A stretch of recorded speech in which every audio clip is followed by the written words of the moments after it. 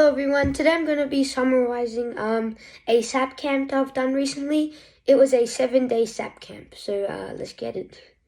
Over the course of these 7 days, I've learnt many things.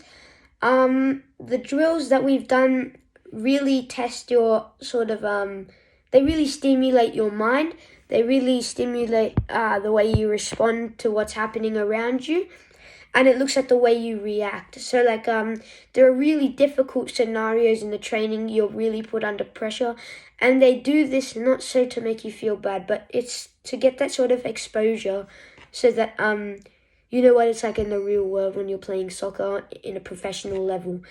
So this really helps everyone develop as a football player. It especially helps me because I noticed a drastic improvement from the start to the middle to the end of the camp, and I noticed it's a really good improvement. So quick thanks to the coaches about that. It's really helped me over that 7 days, and it's definitely helped me become a better footballer in general, so thank you. Matches. As we all know, in a match you're usually supposed to implement everything you've learned through training. So we had a few match days throughout the 7 days. Similarly, it looks like the way you react. And throughout the drills, it's not just your mental side, also tests your physicality, meaning obviously your body contact. It tests your stamina. It really puts your body to the limit, like pushes you beyond your limits. You have to work really hard there throughout these drills and matches.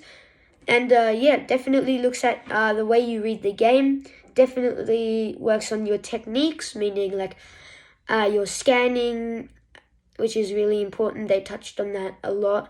They also touched on the way you pass, the way you dribble with the ball, tips on 1v1s and everything like that. So it's a really dynamic drill and match. So that was really good.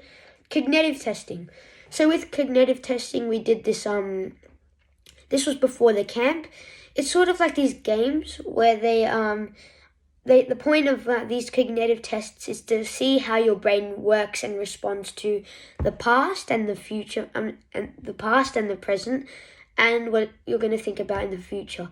These cognitive tests help identify whether you can read the game well, or if you're a few steps ahead in the game. As we know, there are players like Zidane, Luka Modric, Xavi, and creative midfielders like that, Frank Lampard, Steven Gerrard, people like that. They're really able to read the game, and they're always that extra few steps ahead in reading the game, and that's what gives them that sort of superiority.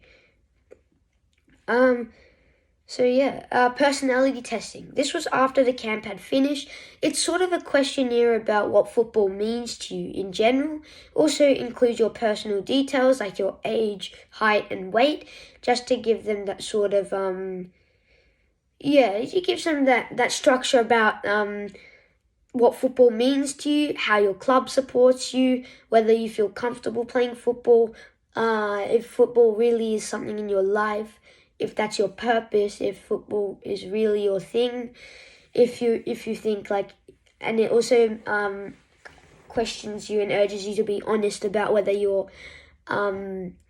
whether football really is your thing, or if you're being pressured to do it, or if you feel pressured by other people, and things like that. So basically over the 7 days, these are the main things that have been happening at the SAP camp. So thank you everyone for listening and for your time, and thanks again for all the coaches who are involved in this SAP program, and the European Dutch coaches that came over to Australia to coach us. Thank you. Bye.